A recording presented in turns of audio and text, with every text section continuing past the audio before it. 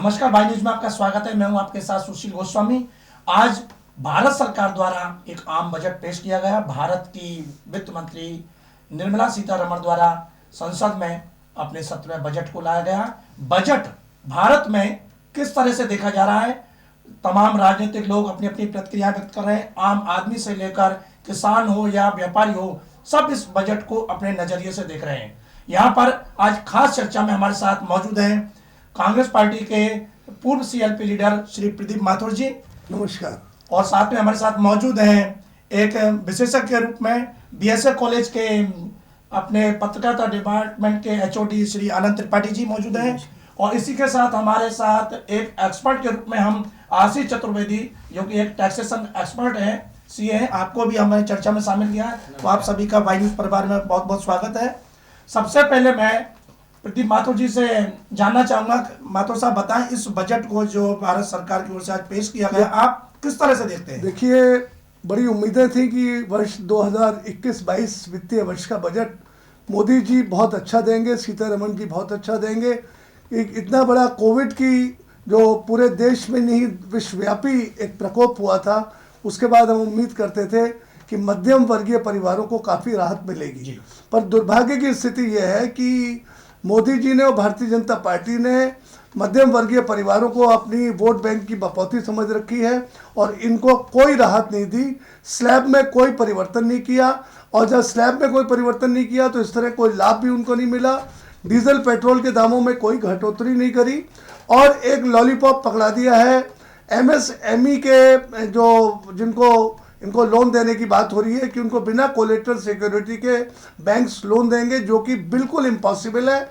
सरकार घोषणाएं करती है एमएसएमई वालों को लोन देने के लिए, बिना कोलेटरल सिक्योरिटी देने के लिए। आप जाके देखिए कि कोई भी बैंकर बिना कोलेटरल सिक्योरिटी का लोन नहीं दे सकता। लेकिन मोदी जी तो कह रहे हैं आत्मनिर्भर भारत बनने की दिशा में। देखिए, मोदी जी की कथनी और करनी में जमीन आसमान का फर्क है। वो जो कहते, मैं पूछना चाहता हूँ कि 15 लाख रुपए आएंगे, क्या आए? वो कहना चाहते थे कि अच्छे दिन आएंगे, तो क्या आए? देश की सरहदें सुरक्षित रहेंगी, क्या देश की सरहदें सुरक्षित है? आपके पड़ोसी लोग आंखें दिखा रहे हैं, हालांकि इससे कोई मतलब नहीं है। तो उनकी कथनी और करनी में जमीन आसमान का फर्क है। जो वो कहते हैं वो करते नहीं है, वो मन की बात करते हैं, दिल की बात नहीं करते हैं। इसी तरह किसानों को एक लॉलीपॉप दे रहे हैं कि उन्हें जो लोन दिया जाएगा कम ब्याज पर, उनको और फौरी राहत दी जाएंगी। अरे, यदि कुछ करना था तो किसानों के ऋण को माफ़ करते, कैपिटल गुड्स का ऋण माफ़ करते, उनके ट्रैक्टरों के ऋण माफ़ करते, तो हम मान सकते थे। सबसे बड़ा दुर्भाग्यपूर्ण स्थिति यह है कि किसानों के 3 काले कानूनों को वो वापस नहीं ले रहे हैं, और एक लॉलीपॉप झुंझुना पकड़ा रहे हैं किसानों को कि हम आपको कम रेट ऑफ इंटरेस्ट पे लोन दे देंगे। किसानों को लोन की क्या आवश्यकता है? आप तो उनको बंधक मत बनाइए। अंबानी अडानी के हाथों में ईस्ट इंडिया कंपनी की तरह, जैसे भारत को गिरफ्त में लिया था देश की आज़ादी से पहले, उस तरह आप किसानों को मजदूर बनाना चाहते हैं और बंधक बनाना चाहते हैं। हम अच्छा होता है कि बजट में कुछ एक ऐसा इंडिकेशन देते कि ये तीनों काले कानूनों को हम इस तरह कंपनसेट करने जा रहे हैं और इस तरह की मदद होगी।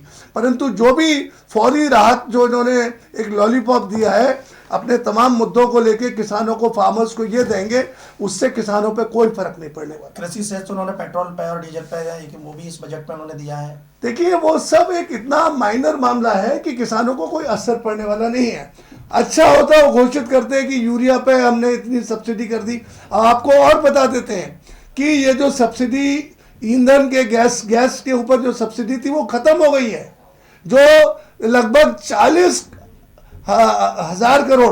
करोड़ लोगों को उन्होंने एक तमाचा दिया है मोदी जी ने, जो लोगों को पता ही नहीं लगा कि कब सब्सिडी खत्म हो गई। लेकिन वो फिर भी दावा कर रहे हैं कि 2022 तक किसानों की आय दोगुनी करेंगे। अरे, ये तो पहले भी दावा कर रहे थे, पिछले 5 साल भी दुगनी आय, एमएसपी को बढ़ाने की बात कर रहे थे, मिनिमम सपोर्ट प्राइस, उन्होंने क्लॉज ही नहीं रखा है। दूसरी बात यह है कि वो आय दुगनी कैसे कर देंगे। अभी तक पिछले 2014 से लेकर अब 2020 आ गया है, कभी भी आपने आय दुगनी होती हुई देखी है?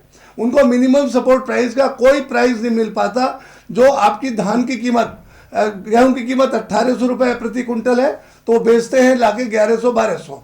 आपकी 2400 रुपये प्रति कुंटल सरसों का दाम है, उसका दाम में किसान मुश्किल से 1800 में बेच के जाता है।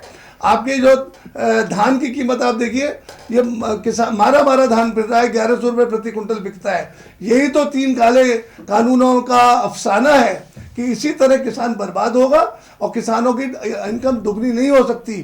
पूंजीपतियों की इनकम कई गुना बढ़ सकती है। पूंजीपतियों के ऋण हजारों करोड़ के माफ हो सकते हैं, पर किसानों के ऋण माफ ये सरकार नहीं करने जा रही। ये गुमराह करने वाली सरकार है और ये बजट एक फेलियर बजट है और जनता को एक लॉलीपॉप और झुंझुना दिखाने वाला बजट है। तो किसानों के लिए तो ये आपकी जब सरकार थी मनमोहन सिंह जी की, मनमोहन 1, मनमोहन 2, तो उसमें भी इसी तरह का एमएसपी में, तो उसमें भी यही देखिए एमएसपी हम लोगों ने बराबर, हमारे यहाँ एमएसपी का पेमेंट होता था।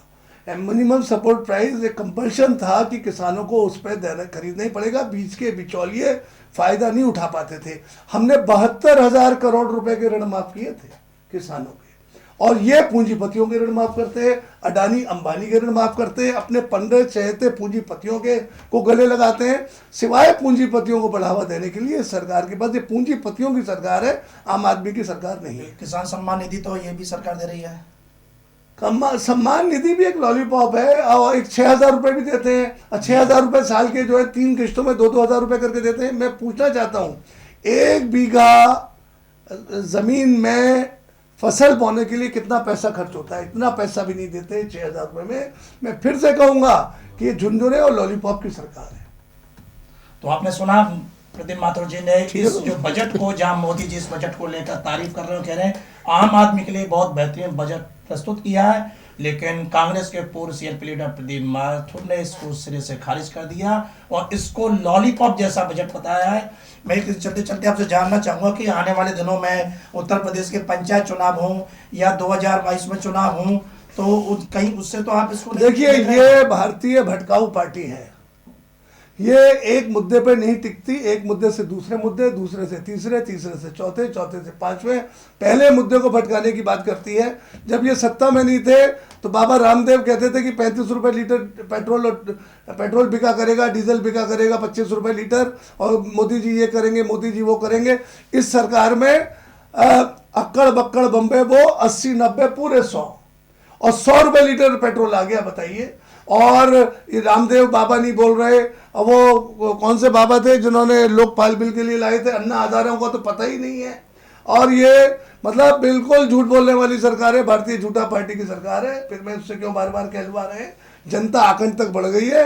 और बुरा मत मानिएगा, आप तो मेरा इंटरव्यू दिखा देंगे, यदि यही इंटरव्यू मैं किसी नेशनल चैनल पे दूंगा तो वो दिखाने वाले नहीं है, क्योंकि उनका बटन मोदी और अमित शाह के हाथ में रहता है। आपकी इसको भी, मीडिया को भी इन्होंने कंट्रोल में कर रखा है कि आप वो दिखाई नहीं सकते, असलियत को बता ही नहीं सकते। आज आप देख लीजिए, मैं देख रहा था ट्विटर पे कि वो एक पत्रकार के ने रियल दिखा दिया, सच्चाई दिखा दी, तो उसे जेल में डाल दिया उठा के। तो इसलिए लोकतंत्र का चौथा स्तंभ भी हिल रहा है। और आज मैंने ट्विटर पे डाला है कि गोदी मीडिया इतना उनके हाथों में मत खेलो, सच्चाई दिखाओ जनता की। सरकार स्थायी नहीं है ये। तो बड़े ही करारे प्रहार किए हैं पूर्व विधायक और पूर्व सीएलपी लीडर प्रदीप माथुर जी ने, और इस बजट से कतई खुश नहीं है उन्होंने। तो इसको नकार दिया है, बजट बताया है और कहा कि इस तरह के दावे वादे तो मोदी सरकार 2014 से करती आ रही है, लेकिन उन पर खरे नहीं उतर रही है, इसलिए इस बजट को वो सिरे से खारिज कर रहे हैं। आपने सुना केंद्र सरकार की वित्त मंत्री निर्मला सीतारमण ने जो लगभग 35 लाख करोड़ का आम बजट पेश किया है, इस पर जब अगर हमने राय जानी तो पूर्व सीएलपी लीडर प्रदीप माथुर का आपने सुन लिया किस तरह से उन्होंने सिरे से खारिज किया है। तो हमारे साथ मौजूद है एक्सपर्ट आशीष चतुर्वेदी जी। जानना चाहूंगा आशीष जी, क्या कहेंगे इस बजट को लेकर? सर, मैं राजनीतिक दृष्टिकोण में न जाते हुए अपने विषय नहीं, आप एक एक्सपर्ट है, एक्सपर्ट के रूप में आप क्या कहेंगे? एक्सपर्ट के रूप में इस बजट को मैं एवरेज कहूँगा। बजट में गवर्नमेंट का जो मोटिव रहा है वो रहा है मिनिमम गवर्नमेंट मैक्सिमम गवर्नेंस, सबसे पहले तो।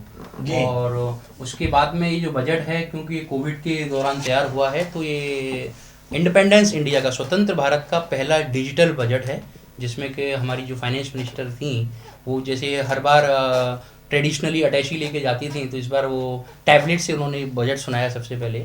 और कोर जो उनका मुद्दा था वो मुद्दा था दूरदृष्टि को लेके। उनका विजन था कि 5 से 10 साल में हमको क्या करना है। बेसिकली फिस्कल डेफिसिट पर बोले, जैसे कि क्योंकि आप अगर देख रहे हैं कोविड के दौरान जितनी भी इकोनॉमी है हमारी वर्ल्ड की, जितनी भी अच्छी अच्छी इकोनॉमी है, सभी डाउन है, और इंडिया भी उससे अछूता नहीं है। फिर भी जो रिकवरी हम लोगों ने की है, हमारे पास आज भी देखा जाए तो 2 वैक्सीन हैं जिसको हम लोग यहाँ इंडिया में लॉन्च कर ही रहे हैं। साथ में हम लोग हमारी गवर्नमेंट एक्सपोर्ट ब्राज़ील जैसे देशों को। बिल्कुल बिल्कुल। मुद्दा आता है कि आम पब्लिक पर, तो आम पब्लिक की दृष्टिकोण में जो बजट देखा जाता है, क्योंकि फिजिकल डेफिसिट है या ट्रेड डेफिसिट है, किसको क्या एलोकेशन हुआ है, वो हम सब एक्सपर्ट का या ट्रेडिशन का मुद्दा है, पर आम पब्लिक चाहता है कि मेरे को क्या मिला। बिल्कुल बिल्कुल। बेसिकली उनकी जो निगाहें रहती हैं वो निगाहें रहती हैं इनकम टैक्स पर।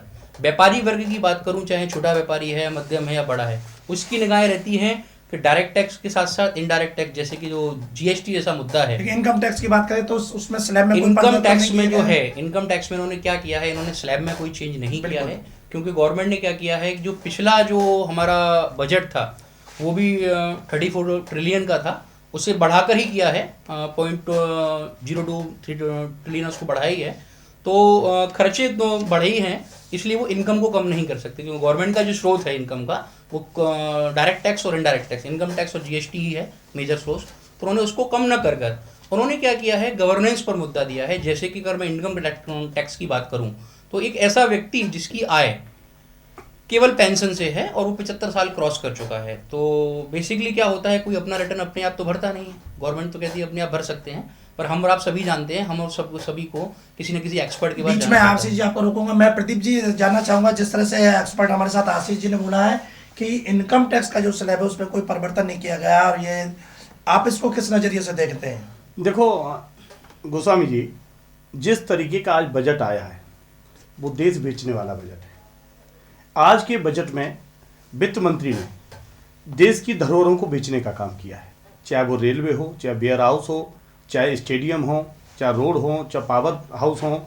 ये आज देश पहली बार 75 वर्ष में, जो लोग कहते हैं 70 साल में देश में क्या हुआ, आज इस बजट ने साबित किया कि जो 70 साल में देश ने किया, जो पूंजी एकत्रित की, जो संसाधन बताए, आज ये देश की मोदी सरकार उन संसाधनों को बेचना चाहती है, उन संसाधनों को बिगाड़ना चाहती है और उन चंद पूंजीपतियों के हाथ में देश को बेचना चाहती है। नहीं, इसमें प्रश्न मेरा ये है कि जो टैक्स की जो सीमा है इनकम टैक्स की, उसमें कोई अभी परिवर्तन नहीं किया है। इनकम टैक्स स्लैब पे इनको कम से कम बढ़ाना चाहिए था। पिछली बार भी मेरे ख्याल से नॉर्मली 2.5 लाख रुपए करना चाहिए था, कम से कम करना चाहिए, जिससे लोग टैक्स देते, चोरी नहीं करते। आज 2.5 लाख क्या सीमा कितनी है आपको मालूम है? मेरे ख्याल से दो इंडिविजुअल की 60 साल तक की उम्र का है जी, उसके लिए 5 लाख रुपए तक एक तरह से मोटा नहीं 5 नहीं है ना, अब यही तो बात है, पूरा आप समझिए उसको। उसमें जैसे उसकी ईडीसी छूट है वो 1.5 लाख रुपए है, लोन और ट्यूशन फीस को, उसको भी बढ़ाना चाहिए था। आज आम जनता जो बच्चे पढ़ा रहे हैं, डीपीएस में पढ़ा रहा है, कोई कहीं पढ़ा रहा है, उनकी फीस या होम लोन है या कार लोन है, उन सबको लेकर के जो किस्त और उसकी ब्याज कम बैठता है वो 2.5 से 3 लाख रुपए बैठ जाता है, और हमको छूट जो मिलती है 1.5 लाख की, उस छूट को बढ़ाना चाहिए था। बहुत सारी चीजें हैं इस देश में। आप जीएसटी को आज तक जो जिन्होंने जीएसटी लागू किए वो नहीं समझ पाए। मैं पूछना चाहता हूं, आज तक जीएसटी को सीए नहीं समझ पाए क्या है। आज व्यापारी 1 महीने के अंदर अगर जीएसटी दाखिल नहीं कर पाता, 100 रुपए पर डे उस पर पेनल्टी लगना चालू हो गया। हमारे देश के नागरिक को ही हमारी देश की सरकार के द्वारा लूटा जा रहा है, और ये कहते हैं हम देश को आगे बढ़ाना चाहते हैं। तो जीएसटी जो है सरकार ले रही है, आप उससे गलत बात नहीं आप, मैं गलत, टैक्स ठीक है, हम व्यापार करते हैं, टैक्स लेना चाहिए, लेकिन टैक्स अगर समझ में तो आना चाहिए ना। आज तक जीएसटी की चीज समझ में नहीं है, लेकिन जनता मैं पूछना चाहता हूँ, हो सकता है वित्त मंत्री की समझ में ना आया आज तक, लेकिन कोरोना काल में जनता ने जीएसटी बराबर दी और एक रिकॉर्ड भी बना है। अब जो काम किया घर पर रहा आदमी, जनता देने में नहीं चूक रही है, लेकिन जीएसटी तो दी है, पर जो 20 लाख करोड़ रुपया दिया कोरोना में, वो किसको मिला? वो आप कोई आदमी, आप बताइए, हम पांचों में से किसी को उसमें से एक पैकेज में 1 रुपया मिला हो? बहुत सारी चीज खामियां हैं, और आज देश के जिस तरीके के हालात हैं, उन हालातों से ये लगता है कि हम पुनः 1947 की ओर जा रहे हैं। जो हम कहते, अब तमाम make in India, startup India, signing India, तमाम चीजें जो बातें जो कहने में हैं वो बहुत अच्छी लगती हैं। ये भारतीय जनता पार्टी गुब्बारा छोड़ती है, जब तक एक दूसरा पकड़ने को चालू करते तो दूसरा गुब्बारा छोड़ देती है, तो पहला गुब्बारा किस ओर उड़ गया ये किसी को पता नहीं रहता है। ऐसा ही आज के बजट में हुआ है। जिस तरीके से चुनाव होता है, बिहार में इन्होंने कहा कि हमारी सरकार आई तो प्रत्येक नागरिक को फ्री में वैक्सीन लगवाएंगे, कोरोना वैक्सीन। मैं पूछना चाहता हूं, आज बजट में कहना चाहिए ना कि देश के 160 करोड़ लोगों को हम फ्री में वैक्सीन देंगे। बजट की क्या 35,000 करोड़ रुपए की क्या जरूरत है ना, ये घोषणा कर देते आप कि हम प्रत्येक नागरिक को वैक्सीन लगवाएंगे, प्रत्येक नागरिक को जिंदा रखना हमारी जिम्मेदारी है। नहीं तो 35,000 करोड़ कहाँ जाएंगे फिर? अब वो जहां जैसे पैकेज चला गया कोरोना वाला, आप बताइए, कोरोना का पैकेज, मैं आप ही से पूछ रहा हूँ, 20 लाख करोड़ का जो पैकेज आया था वो अनंत कहाँ चला त्रिपाठी गया? जी, बीच में आपका मैं रोकूंगा। अनंत त्रिपाठी जी बताइए, प्रदीप जी कह रहे हैं कि कोरोना के लिए जैसे सरकार को घोषणा करनी चाहिए थी, तो सरकार ने 35,000 करोड़ की घोषणा की है, उसका क्या सरकार उपयोग करेगी, क्यों की है? नहीं, देखिए ऐसा है ना कि हेल्थ सेक्टर के लिए जो सरकार की घोषणाएं हुई हैं वो लगभग 2,23,000 करोड़ की घोषणाएं जो खर्च करेगी हेल्थ सेक्टर पे सरकार, और 35,000 करोड़ रुपए वैक्सीनेशन प्रोग्राम्स के लिए अलग से रखा गया है, आवंटन किया गया है, अब जो अगले 1 साल में, इस अगले वित्त वर्ष में खर्च होगा। अब वैक्सीन की घोषणा की बात है, वो बजट का हिस्सा नहीं है। बजट मूलतः एक विजन डॉक्यूमेंट्स है जो इकोनॉमिकल है। वो वैक्सीन फ्री लगाएंगे नहीं लगाएंगे ये राजनीतिक और सरकार के अपने ऑपरेटिव डिसीजन है। ये कोई ऐसे डिसीजन नहीं है जिसकी अनाउंसमेंट बजट में किया जा सके। और बात जहाँ तक और है तो सरकार निश्चित तौर पे अपने खर्चों को इस बजट में बहुत ज़बरदस्त तरीके से उसने बढ़ाया है, चूँकि उसे पता है कि लोगों के पास पैसे नहीं हैं और अर्थव्यवस्था में पैसे की आवश्यकता है। इसलिए सरकार ने सरकारी खर्चों, सरकारी इन्वेस्टमेंट प्रोग्राम्स को बहुत ज़्यादा बढ़ाया है। और वो पैसा कहाँ से लाएगी, इसीलिए उसने डिसइन्वेस्टमेंट प्रोग्राम को बहुत ज़्यादा तरजीह दी है। भारत में अभी तक कभी भी डिसइन्वेस्टमेंट पर इतनी ज़्यादा तरजीह किसी भी बजट में नहीं दी गई थी। लगभग जो बड़े सरकार ने अनाउंस किए हैं कि 2 सरकारी बैंकों का डिसइन्वेस्टमेंट होगा और एक बीमा कंपनी का डिसइन्वेस्टमेंट होगा, इससे लगभग करीब 7 से 8 लाख करोड़ रुपए आने की उम्मीद है। और सरकार जो अपने खर्चे कर रही है वो इसी से मीट आउट करने वाली है। लेकिन जिस बजट को आम बजट कहा जाता है, तो आम आदमी के लिए किस तरह का फायदेमंद है, नॉर्मल है, एवरेज है, या कोई फायदा नहीं है, उसको आप क्या कहेंगे? देखिए, मैं इस बजट को अगर एक लाइन में कहना चाहूँ तो ये मनोनुकूल नहीं है, लेकिन ये जनोनुकूल है। ये व्यष्टि की बात नहीं करता, ये समष्टि की बात कर रहा है। इस बजट में हमको क्या चाहिए, देश में अर्थव्यवस्था अच्छी स्थिति में रहे तो सभी लोगों को उसका फ़ायदा होता है, लोगों को नौकरियां आती हैं, रोजगार चलते हैं, और इसी के लिए जितना भी प्रयास हो सकता है इस पैंडेमिक के बाद, उसमें मुझे ऐसा लगता है कि सरकार काफ़ी हद तक वित्त मंत्री सफल रही हैं। जिस तरीके से अब देखिए पैसा जुटाने की बात है, जो मैंने अभी कहा कि सरकार अपनी तरफ से इन्वेस्टमेंट कर रही है। अब आप देखिए सड़क और नेशनल हाईवेज़ के लिए 1,18,000 करोड़ रुपए की व्यवस्था की गई है। उसके अतिरिक्त नेशनल हाईवे के लिए 65,000 करोड़ रुपए की अलग से व्यवस्था की गई है। अब देखिए ये पैसे जब खर्च होंगे तो निश्चित तौर से इससे एक ज़बरदस्त किस्म का रोजगार उत्पन्न होगा और अर्थव्यवस्था को एक नई जान मिलेगी।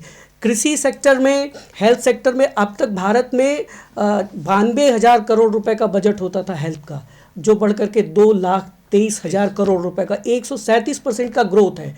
ये ठीक है कि अब कितना खर्च होगा वो देखने वाली बात होगी, लेकिन सरकार का विज़न है ये। और उसके बाद हर ज़िले में एक इंटीग्रेटेड हेल्थ चेकअप लैब की स्थापना की बात है। 11,000 शहरी क्षेत्रों में हेल्थ सेंटर खोलने की बात है, हेल्थ वेलनेस सेंटर। 17,000 ग्रामीण क्षेत्रों में हेल्थ वेलनेस सेंटर खोलने की बात है। तो इससे निश्चित तौर पर एक हेल्थ के सेक्टर में बूम आने की स्थिति है और वो कहीं ना कहीं रोजगार को भी जन्म देगा और आगे चीज़ों को बेहतर करने की भी स्थिति। आशीष जी, जैसा अभी हमारे विशेषज्ञ आनंद त्रिपाठी जी ने बताया है कि कहीं ना कहीं देश की जो आर्थिक स्थिति है उसको मजबूत करने की दिशा में ये बजट काफ़ी कारगर साबित होगा, अगर सही मायने में उस बजट का आगे अनुपालन होता है, क्रियान्वयन जो होता है। तो आप इसको एक एक्सपर्ट के रूप में कैसे कहेंगे? बिल्कुल, जैसा कि साहब मैं पूरा एग्री करता हूँ, समर्थन देता हूँ इस चीज़ के लिए। और उसमें उन्होंने कुछ कदम भी उठाए हैं, ऐसा नहीं है कि सिर्फ हवा में ही बातें कर दी हैं। अगर मैं जैसे बात करूं आम जनमानस की, तो अगेन मैं अपने सब्जेक्ट पर ही आऊँगा, टैक्सेशन पर ही। तो उन्होंने क्या किया है कि आम जनमानस के लिए, जैसे अभी मैंने पेंशन का बताया, उनको ITR भरने की ज़रूरत ही नहीं। जो 75 साल से ऊपर का आदमी है, उसकी पेंशन से इनकम आ रही है, तो उनको भरने की ज़रूरत ही नहीं है। दूसरा, उन्होंने कहा है कि जो एक नॉर्मल पर्सन है, जो सैलरी से इनकम ले रहा है, जो एम्प्लॉयमेंट पर है, या जिसकी केवल FDR वगैरह ही हैं, जो जैसे कि हमारे यहाँ सीनियर सिटीजन होते हैं, भाई पूरा 60 साल तक उन्होंने कमाया, उसके बाद जो भी उनकी धरोहर थी उसकी FD वगैरह करा दी। तो उन्होंने कहा है कि जब आप ITR वगैरह भरेंगे तो हम लोग वो फिगर ऑटो पॉपुलेटेड आपके सिस्टम में डाल देंगे, सिर्फ आपको एक क्लिक करना है और आपकी इनकम टैक्स की रिटर्न सबमिट हो जाएगी। दूसरा, बोले कोई डिस्प्यूट होता है तो डिस्प्यूट के लिए उन्होंने क्या किया है, डिस्प्यूट रिजोल्यूशन पैनल बना दिया है कि अगर आपका कोई डिस्प्यूट 50 लाख रुपए तक का है तो फेसलेस, क्योंकि हम सभी जानते हैं मंच पर कहना नहीं चाहूँगा कि हमारी जो कर प्रणाली है उसकी क्या स्थिति है। अगर हम किसी अधिकारी के पास या कहाँ जाते हैं बिल्कुल, बिल्कुल। तो क्या स्थिति बनती है, तो उसके बाद फेसलेस असेसमेंट। अधिकारी को ये नहीं मालूम कि वो किसका केस कर रहा है और उस व्यक्ति को ये नहीं मालूम कि कौन अधिकारी उसका केस कर रहा है। एक मैकेनिज्म तैयार हुआ है इनकम टैक्स में, पिछले साल से ही लग चुका है और उसको उन्होंने और भी इम्प्लीमेंट किया है और कहा है कि हम डिस्प्यूट रिजोल्यूशन पैनल लाएंगे। इनकम टैक्स में जो भी कार्रवाई होती है, जैसे सबसे पहली अपील जो हम और आप करते हैं, कोई अधिकारी से हमारी अनबन हो गई, वो हमारी मतलब रिटर्न से सहमत नहीं है, तो हम उसके पास जाते हैं। अब उससे अगर उसने कोई ऑर्डर पास कर दिया तो उसकी अपील सबसे पहले commissioner of income tax CIT appeal को होती है। उसके बाद में ITAT था, ITAT भी एक तरह का न्यायालय है और उसके बाद फिर हाई कोर्ट में हम लोग जाते हैं।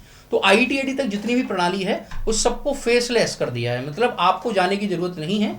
आप अपने वेबकैम और मोबाइल रिकॉर्ड पर ही जाकर आप सब कुछ अपने मोबाइल से या घर बैठकर या ऑफिस से ही उस सारी प्रोसीडिंग को कर सकते हैं। तो इसके लिए मैं ये कहूँगा कि पूरा उसका मैनर दिया गया है। GST में भी अगर कहूँ तो रोल आउट, वहाँ तो खैर हर महीने उनकी मतलब बैठकें होती हैं और उसको भी हम लोग ऑटो पॉपुलेट कर रहे हैं। वो लोग कि आपने का टैक्स बढ़ दिया, उसका क्रेडिट आपको स्वतः ही मिल जाएगा। तो गवर्नमेंट का विजन भी क्लियर है, मिशन भी क्लियर है, वो यही मैं चाह रहे आपसे वही सवाल आपसे जो अभी मैंने आनंद त्रिपाठी जी से किया कि आम बजट जिस तरह से इसको कहा जाता है, तो आम आदमी के लिए कितना मुफीद रहा ये बजट? आम आदमी की जो उम्मीदें थी उस पर पूरा खरा है। क्योंकि अगर अभी जैसे हमारे पैनल में ही कह रहे थे कि साहब क्या है, तो सबसे पहले बता दूं, एक आम पब्लिक के लिए अगर वो 5 लाख से नीचे की इनकम करता है तो उसके लिए कोई भी टैक्स नहीं है किसी भी प्रकार का। मैं इंडिविजुअल की बात कर रहा हूँ। उसके बाद में अगर वो उसके बाद में भी उसकी कुछ इनकम है तो उसके लिए 1.5 लाख रुपए की ATC दी गई है। अगर उसने घर ले रखा है और उसमें खुद रह रहा है, कर्जा ले, तो उस पर इंटरेस्ट की भी छूट, 2 लाख रुपए की इंटरेस्ट की छूट देती है हमें सरकार। मोटा देखा जाए तो 8.5 लाख रुपए तक की छूट हमें आम आदमी को पब्लिक में दे रही है। अब क्योंकि सरकार का विजन क्या है, सरकार को खर्चे भी ज़्यादा करने हैं। अगर आप सरकार से उम्मीद रखते हैं कि हम लोग खर्चे ज़्यादा करेंगे तो सरकार इनकम कहाँ से लाएगी? अगर हम इनकम कम कर देंगे तो खर्चा कहाँ से लेगा? जैसे मैं अपनी खुद की बात कर लूँ तो मेरी जेब में अगर 500 रुपये हैं तो मैं 500 रुपये का खर्चा कर सकता हूँ। या अगर मेरा कोई इन्वेस्टमेंट है, FD है, और मुझे 2000 रुपये खर्च कर रहे हैं, तो ऑब्वियसली बात है कि मेरे को 1500 रुपये की FD तोड़वानी पड़ेगी और उसके बाद 2000 का खर्चा करना पड़ेगा। वही सरकार का डिसइन्वेस्टमेंट है। बोले तो हमने अपनी FD तोड़वा दी। भाई सरकार को क्या करना है? उसको तो पब्लिक को भी देना है, आम जनता को भी देना है, रक्षा पर भी खर्च करना है। तो कहाँ से खर्च करेगी जब टैक्स का कलेक्शन बढ़ा नहीं? टैक्स तो कम किया नहीं या ज़्यादा नहीं किया, टैक्स तो उतना है, तो रेवेन्यू तो रहा उतना ही। बिल्कुल। खर्चे बढ़ गए, तो वो जो बढ़े हुए खर्चे हैं, जो जनता उम्मीद कर रही है कि हमको अच्छा हाईवे भी होना चाहिए, हमारी लाइट भी 24 घंटे रहे, खर्चे की पूर्ति कहाँ से होगी? बिल्कुल। पूर्ति के लिए ही तो हम लोग इनकम करते हैं। 1947 से भारत सरकार ने क्या किया? ये हमारी वो पूंजी है जो बुरे वक्त में काम आएंगी, और कोविड से बुरा वक्त और क्या देखेगी दुनिया? तो इसके लिए भारत सरकार ने पूरा खजाना खोला है अपना। आम जनता पर कोई बर्डन एक्स्ट्रा नहीं लाए हैं। और भी ये कृषि सेस की भी आप बात कर रहे थे, वो भी उन्होंने कहा है कि ऑयल कंपनी ही बर्न करेंगी, उसका आम पब्लिक पर कोई भी इम्पैक्ट नहीं आएगा। किसानों को लेकिन इससे क्या लाभ मिलेगा? सर किसानों के लिए अगर आप कृषि आंदोलन की बात करूं या नहीं, आंदोलन नहीं, ये जो सेस है कहीं ना कहीं सरकार इसको किस तरह से किसानों को लाभ पहुंचाएगी? देखिए सर, जो एग्रीकल्चर जो सेस जो लगा रहे हैं, तो एग्रीकल्चर एक्टिव जैसे इरिगेशन हुआ, हार्वेस्टिंग हुआ, या किसान के जो कॉलेज हैं जो हम लोग साक्षरता करते हैं, मिशन करते हैं, उस पर ही खर्च किया। सेस का मतलब यही होता है, जैसे उन्होंने सबसे पहले हेल्थ सेस लगाया था, फिर चिल्ड्रन एजुकेशन सेस लगाया था। तो जो सेस होता है, सेस की परिभाषा यही है, सेस उसी चीज पर खर्च किया जाएगा जिस चीज के लिए वो सेस है। मतलब अगर एग्रीकल्चर सेस है तो it should be expend only to agriculture activity, nothing else. Government उसे कहीं खर्च कर ही नहीं सकती। तो सरकार ने प्रतिबद्धता लगा दी है कि हम सर 4 रुपये पर लीटर खर्च करेंगे आपके ऊपर, और वो अल्टीमेटली जब वो खर्च करेंगे तो चाहे वो MSP को लेकर हो, चाहे किसानों को अवेयरनेस हो, उस पर ही खर्च किया जाएगा। तो इसमें कोई दो राय नहीं है, वो कहीं और खर्च हो सकता है। तो सुना आपने इस चर्चा में हमारे साथ प्रदीप चौधरी समाजवादी पार्टी से हैं, आनंद त्रिपाठी हैं, विशेषज्ञ हैं, और आशीष चतुर्वेदी हैं। अब इस जगह हम थोड़ा सा ब्रेक लेते हैं, ब्रेक के बाद फिर इस चर्चा में हम हाजिर होंगे। तब तक आप हमारे साथ बने रहिए। This programme is sponsored by Bansal food, Krishnanagar, Mathura. स्वादिष्ट भोजन का एकमात्र स्थान बंसल फूड्स। तो ब्रेक के बाद आपका फिर स्वागत है बजट की इस चर्चा में, और हमारे साथ जुड़ गए हैं भारतीय जनता पार्टी के वरिष्ठ नेता और व्यापारी नेता मथुरा के मुरारी अग्रवाल जी। आपका इस स्टूडियो में बहुत बहुत स्वागत है। और फिर हम अपनी चर्चा को जहां पर हमने इसको ब्रेक से पहले छोड़ा था वहीं से शुरू कर रहे हैं। प्रदीप जी, किसानों के लिए इस बजट में एक पेट्रोल और डीजल पर सेस सरकार ने घोषित किया है और कहीं ना कहीं जैसा एक्सपर्ट आशीष चतुर्वेदी ने बताया कि जो सेस हम जिस तरह से जहाँ से उसको हम वसूलेंगे वो उन्हीं मदों में खर्च किया जाएगा। तो क्या कहेंगे सेस को लेकर? देखो, सेस की एक अलग प्रक्रिया है, वो गवर्नमेंट के बीच की प्रक्रिया है, लेकिन बजट में जिस सबसे पहले तो सरकार ने जो सेस लगाया हमें आप उसी इससे के सहमत हैं? नहीं, या हम इससे सहमत नहीं है। क्यों नहीं है? हम इससे इसलिए सहमत नहीं है कि उत्तर प्रदेश नहीं, पूरे भारत में 7 लाख करोड़ रुपया देश के किसानों पर कर्जा है। जिस कर्जे की वजह से किसान आज आत्महत्या कर रहा है, किसान आज जमीन बेचने को मजबूर है, बैंकों के कर्ज के नीचे साहूकार के कर्ज किसान दबा है।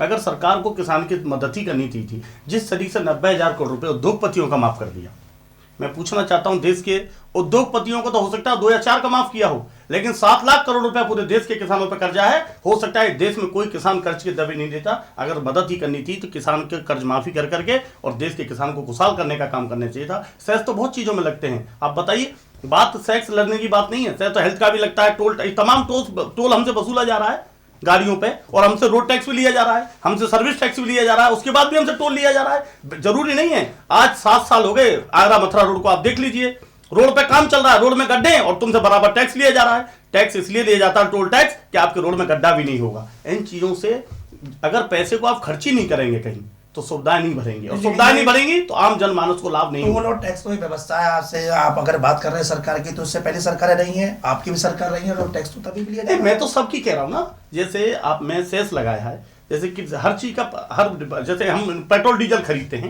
बिल्कुल, पेट्रोल डीजल पे हेल्थ का भी 1 रुपये 1.5 रुपये लीटर साइज जाता है, शिक्षा का भी जाता है, रोड का भी जाता है, स्वास्थ्य का भी जाता है, मतलब सारी चीजों का जो पैसा है हमसे डीजल पेट्रोल में सेस के रूप में लिया जाता है। अगर ये सारे सेक्टर हटा दिया जाए तो डीजल तो 30 रुपये लीटर बिकने लग जाएगा बजाय 70 के। लेकिन उसका उपयोग और दुरुपयोग की बात है। जैसे अभी आपने कहा था, बहुत अच्छी बात कही थी, कि सरकार ने आमदनी बढ़ाने के बजाय जो खर्चे अपने बढ़ाए हैं, और खर्चों को बढ़ाने के लिए 2 बैंक और एक LIC कंपनी को बेचने का निर्णय लिया है। ये तो उसी तरीके की बात हो गई कि कोई नालायक बेटा अपने बाप की जमीन बेच के और कार ले आए, कि उसको अच्छा बजट नहीं कहेंगे हम लोग। अगर बेटे को कार लानी थी तो अपने संसाधन से, अपने बिजनेस से पैसा कमा के कार खरीदनी चाहिए थी। बाप की जमीन को बेच करके जो कार खरीद के लाएगा वो लायक बेटा नहीं होता, नालायक बेटा होता है। इस बजट में वही हुआ है। सरकार ने बजाय अपनी आमदनी बढ़ाने के 2 बैंकों को और एक LIC कंपनी को बेच के अपने खर्चे पूरे करने का काम किया है, देश बेचने का काम किया है। महिला जी क्या कहेंगे? प्रदीप जी ने बहुत बड़ा आरोप लगा दिया सरकार पर। देखिए, ऐसा है, पिछले 70 सालों में मुझे नहीं लगता सन 2014 से जो देश में मोदी सरकार आई है, उस सरकार का पहला संकल्प तन से, मन से, धन से, समर्पण से इस देश की 130 करोड़ जनता का उद्धार करना है। अभी मेरे मित्र प्रदीप जी ने कुछ अनर्गल बातें कही, मैं आपको बताना चाहूँगा कि ये जो इन्होंने मिथ्या आरोप लगाए हैं कि सरकार LIC को बेच रही है, सरकार बैंकों को बेच रही है, ये सारे आरोप मिथ्या हैं। आज का बजट आप देखिए, मैं तो कहूँगा स्वतंत्र भारत का सबसे ऐतिहासिक बजट है ये, जिसमें सबसे ज़्यादा ख्याल अन्नदाता का रखा गया है। और दूसरा जो सेक्टर जिससे पूरे 130 करोड़ लोगों की आजीविका चलती है, वो है FMCG, fast moving consumer goods. आप ये देखिए, पूरे बजट को उठा के 70,000 करोड़ रुपया सरकार ने SME सेक्टर के लिए दिया है। SME सेक्टर का मतलब होता है कि समाज के अंतिम छोर पर जो व्यक्ति बैठा है, जिसके पास व्यापार करने के साधन नहीं है, समाज के अंतिम छोर पर बैठा किसान, जिसके पास ट्रैक्टर लाने का पैसा नहीं है, सरकार ने कहा है कि किसानों की आय कैसे दुगनी हो, इसके लिए हम पूरी ताकत झोंकने वाले हैं। इतनी लायक सरकार, लास्ट के छोर पर जो व्यक्ति बैठा है और जो आशा कर रहा है कि 70 वर्षों में मेरा उद्धार नहीं हुआ, उस अंतिम व्यक्ति के उद्धार को समर्पित ये मोदी सरकार। आप ये देखिए, जो कृषि सेस लगाया है, एक बड़ा ऐतिहासिक निर्णय।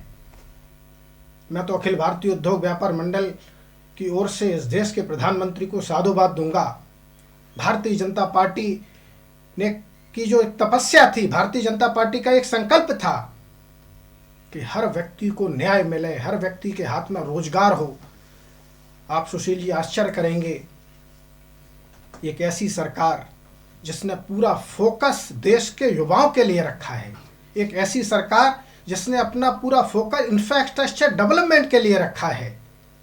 आप देखिए केरल, जहां पर भारतीय जनता पार्टी की सरकार नहीं है, 70,000 करोड़ रुपए के रोड के प्रोजेक्ट दिए हैं।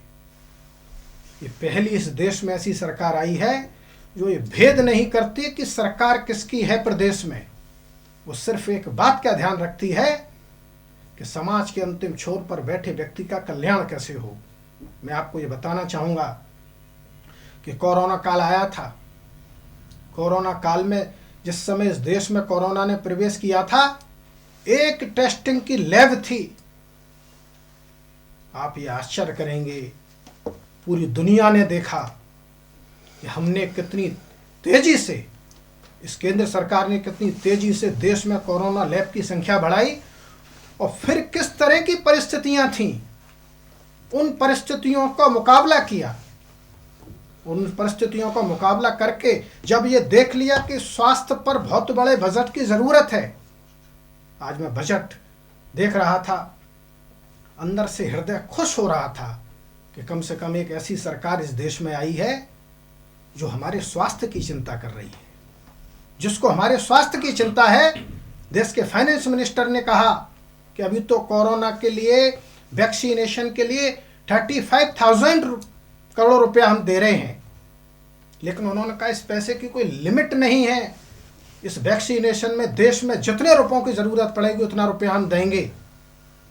मैं तो सिर्फ यही कहना चाहूँगा कि जो बजट इस सरकार ने दिया है वो ऐतिहासिक है। मेरे मित्र यहाँ प्रदीप जी बैठे हैं, मैं भारतीय जनता पार्टी का कार्यकर्ता होने के बावजूद भी अगर कोई दूसरा दल भी अच्छा काम करता है तो हमेशा हमने उसकी प्रशंसा की है।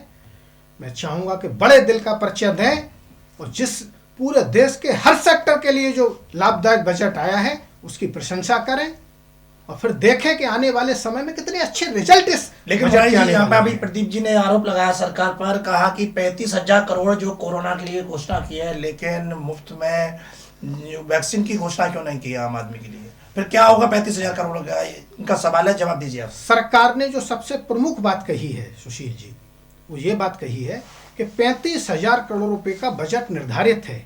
अगर वैक्सीनेशन के लिए और रकम की आवश्यकता हुई तो सरकार उस रकम को खर्च करने में हिचकिचाएगी नहीं। हमेशा आप बात ध्यान रखिए, पहले राशन पर कितनी कालाबाजारी होती थी। पहली ऐसी सरकार आई है जिसने कहा एक राशन एक देश। आपके वैक्सीन के जवाब पे प्रदीप जी कुछ कहना चाह रहे हैं? सुशील जी, हमारे बड़े भाई ने बहुत अच्छी, कि भारतीय जनता पार्टी के जो भी लोग हैं वक्ता बहुत अच्छे हैं। जैसे भागवत, ऐसे समझो भागवत कर रहे हो रियली में। भारतीय जनता पार्टी का कोई भी वक्ता बैठ जाए, समझिए आप सुनते रहिए, आप श्रोता बन जाइए और वो वक्ता बन जाएंगे। आपने जो युवाओं की बात कही थी, माननीय मोदी जी ने 2 करोड़ प्रतिवर्ष रोजगार देने की बात की। मैं बड़े भाई से पूछना चाहता हूं, 6 करोड़ रोजगार इस देश में समाप्त हो गया। अब रोजगार आप युवाओं की बात करोगे? आपके तो एजेंडे में युवा नहीं है। दूसरा, आप बजट की बात कर रहे हो। मैं इनसे पूछना चाह रहा हूं कि आपने, मुझे लगता है आपने वित्त मंत्री का भाषण नहीं सुना है, और अभी हमारे साथी ने भी बताया, गवर्नमेंट ने खर्चे करने के लिए 2 बैंक और LIC को बेचने का काम किया है। और दूसरा, मैं आपके कैमरे के माध्यम से देश की जनता से कह देना चाहता हूं, गवर्नमेंट ने अपना पल्ला झाड़ लिया है और गवर्नमेंट में बजट में भाषण में पढ़ा है कि आपकी बैंक डूबती है तो 5 लाख रुपए की हमारी जिम्मेदारी होगी। आपका एक्स्ट्रा पैसा तो आप निकाल लीजिए, गवर्नमेंट की अब कोई जिम्मेदारी नहीं होगी। क्यों जिम्मेदारी नहीं होगी गवर्नमेंट की? जब जवाब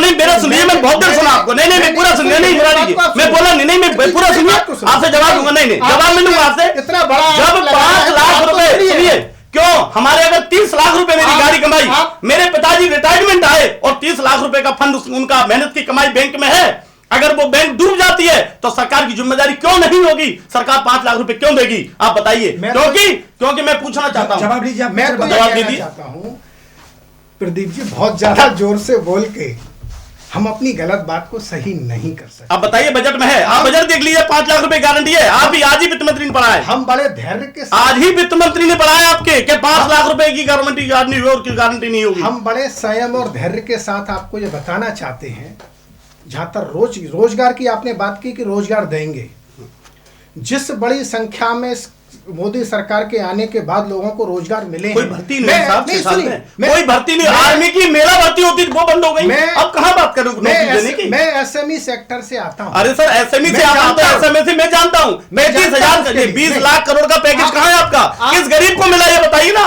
उसको 2 पति खा गए, धन्ना सेठ खा गए। और मैं आपसे पूछना चाह रहा हूं, जिस तरीके से बीएसएनएल को बर्बाद करने के लिए जियो का प्रचार माननीय प्रधानमंत्री करते हैं, आप पहले जिस तरीके से रेलवे को बेचने का काम करते हैं, 70 साल की बात करते हैं, 70 साल पहले देश में सुई नहीं बनती थी और आज देश में सब कुछ बनता है, लेकिन उसको बेचने का काम भारतीय जनता पार्टी सरकार कर रही है। आप बताओ, इससे पहले किसी गवर्नमेंट ने किस देश की इंच बेची हो? आप लाल किले पर झंडे की बात करते हो, आपने लाल किले को बेचने का काम किया। आप, मैं पूछना चाहता हूं, आप एक बार सांसद का चुनाव भी बंद करा दीजिए और टेंडर निकाल के सांसद चुन लीजिए, एक प्राइवेट सरकार भी बना लीजिए, लिमिटेड सरकार बना लीजिए। जिस तरीके से लाल किले की आप चर्चा कर रहे हैं बेचने की, तो जरा ये भी आप दर्शकों को बताएं, लाल किला किसने और किसको बेचा, कितनी उसकी डालमिया पे है, आप किसी को पूछ लो। और 15 का 26 जनवरी को यही गवर्नमेंट उसको भाड़े पे लेती है। आप निकालो, नेट पर बात कर लो। आप लाल किला डालमिया के पास लीज पे है। हमारी जी जवाब दीजिए, लाल किले को डालमिया को आपकी सरकार ने बेचा 10 रुपए के टिकट पर लोग घूमते हैं, 250 रुपए का टिकट है डालमिया का। कोई गरीब आदमी लाल किला देखने नहीं जा सकता भाई साहब। असल में इतनी तेज नहीं बोल सकता। आप बताइए, जवाब दीजिए। मैं संयम से और धैर्य से बोल सकता हूं। हाँ, जवाब दीजिए इनका।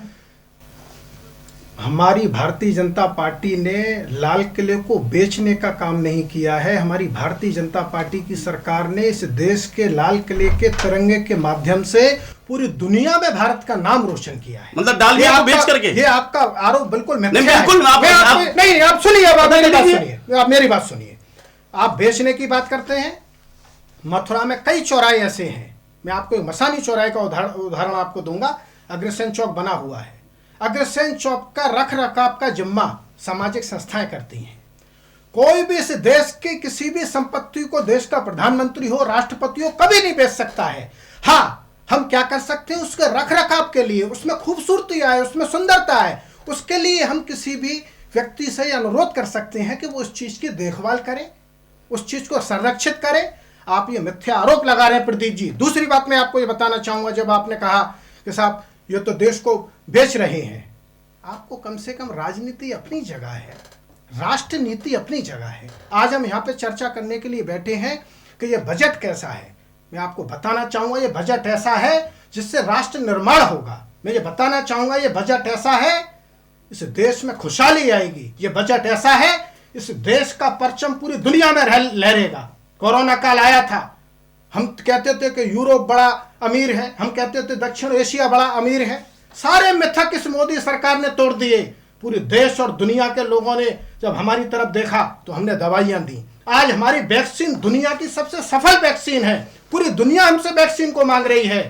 पहले पाकिस्तान से सरकारें डरती थीं, आज पाकिस्तान के प्रधानमंत्री कह रहे हैं कि ऐसी सरकार आई है जिसने हमारी नाक में दम कर रखा है। जहां तक बजट की बात है, व्यापारी समाज इस बजट से इतना खुश है। कोरोना काल हमने झेला था, हम जानते हैं उस दर्द को जो हमने झेला था, हमने कितने कष्ट झेले थे हम ये जानते हैं। उसके बावजूद राष्ट्र पहले, हमारे लिए देश पहले है। इसके लिए इस बजट में जो सरकार ने प्रावधान किया है, मैं जानता हूं छोटे व्यापारी का दर्द। छोटे व्यापारी के लिए सरकार ने कहा बैंकों से बिना गारंटी का कर्ज आपको मिलेगा।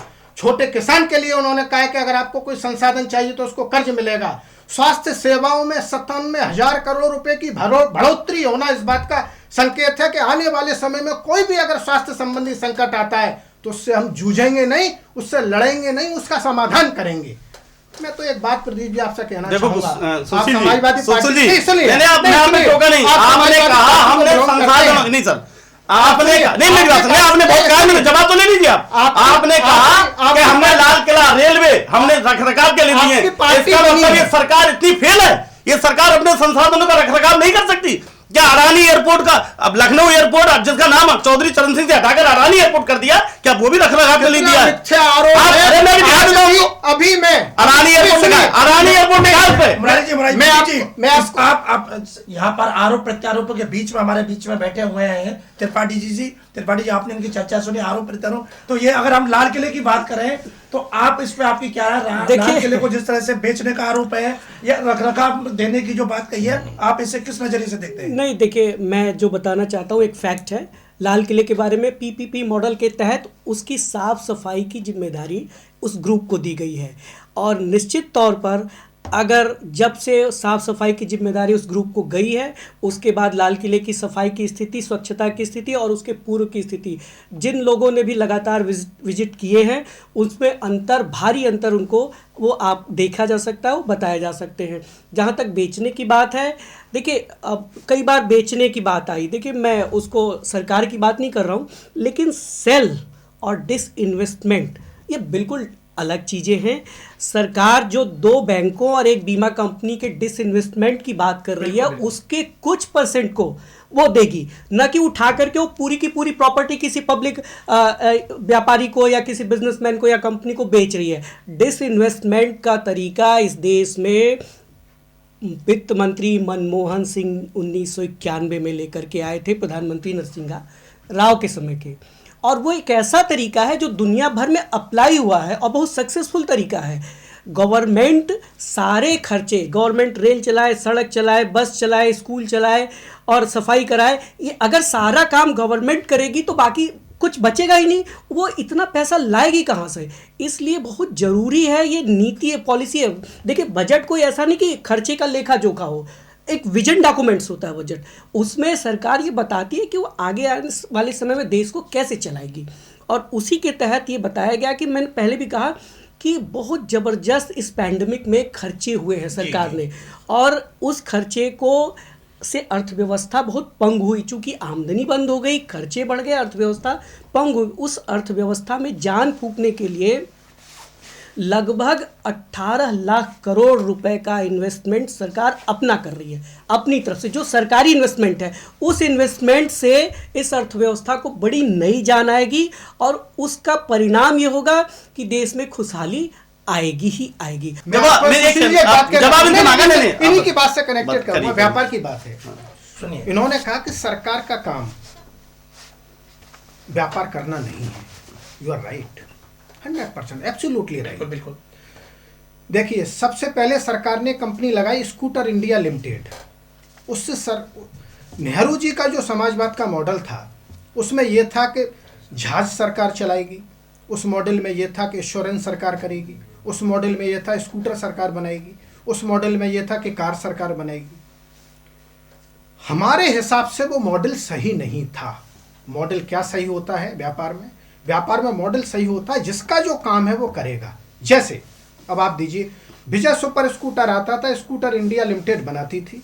उस सेक्टर ने इस सरकार को जो घाटा दिया, वो घाटा करोड़ों अरबों में नहीं था, वो खरबों में था। नहीं, मैं जवाब देता हूं, आप काफी देर से मैं जवाब दूंगा। बीएसएनएल के ढर्रे आपने को कहा सरकार ने बिगाड़ा था। एक मतलब सुनिए, इससे सरकार ने कोशिश की कि ये बीएसएनएल का ढर्रा कैसे बने, लेकिन फिर मैंने आपसे बात कहा कि हमेशा प्राइवेट सेक्टर ज्यादा प्रोग्रेसिव होता है। सरकार का काम ये देखना है कि जियो अच्छा काम कर रही है कि नहीं, एयरटेल अच्छा काम कर रही है कि नहीं। मतलब उद्योगपतियों को फायदा पहुंचाना है। सरकार का काम फोन बेचना नहीं, उद्योगपतियों को फोन पहुंचाना, उद्योगपतियों को फायदा पहुंचाना, आप ये कहना चाहते हो?